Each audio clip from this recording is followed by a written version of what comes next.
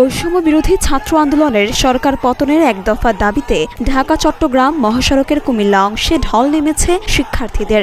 রোববার বেলা ১১টার দিকে মহাসড়কের কুমিল্লার ক্যান্টনমেন্ট, আলেখার চর এবং দাউদকান্দি অংশে অবস্থান নেন শত শত শিক্ষার্থী। এ সময় মহাসড়কে এই মুহূর্তে দরকার সেনাবাহিনীর সরকার, দফা ১, দাবি ১, শেখ হাসিনার পদত্যাগ, আমার ভাই মরল কেন, প্রশাসন জবাব চায় ইত্যাদি স্লোগান দিতে থাকেন।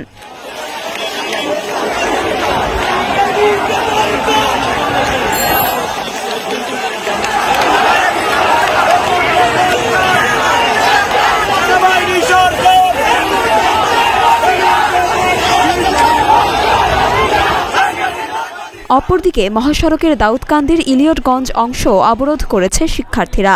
এ সময় উত্তেজিত শিক্ষার্থীরা মহাসড়কে কয়েকটি গাড়িতে ভাঙচুর ও অগ্নিসংযোগ করেন।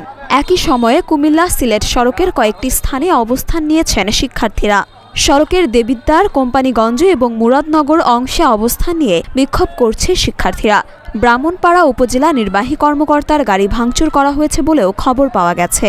দেবিদ্বার, দাউদকান্দি এবং আলেখারচর এলাকায় শিক্ষার্থীদের সাথে ছাত্রলীগ যুবলীগের সঙ্গে ধাওয়া পাল্টা ধাওয়ার খবর পাওয়া গেছে।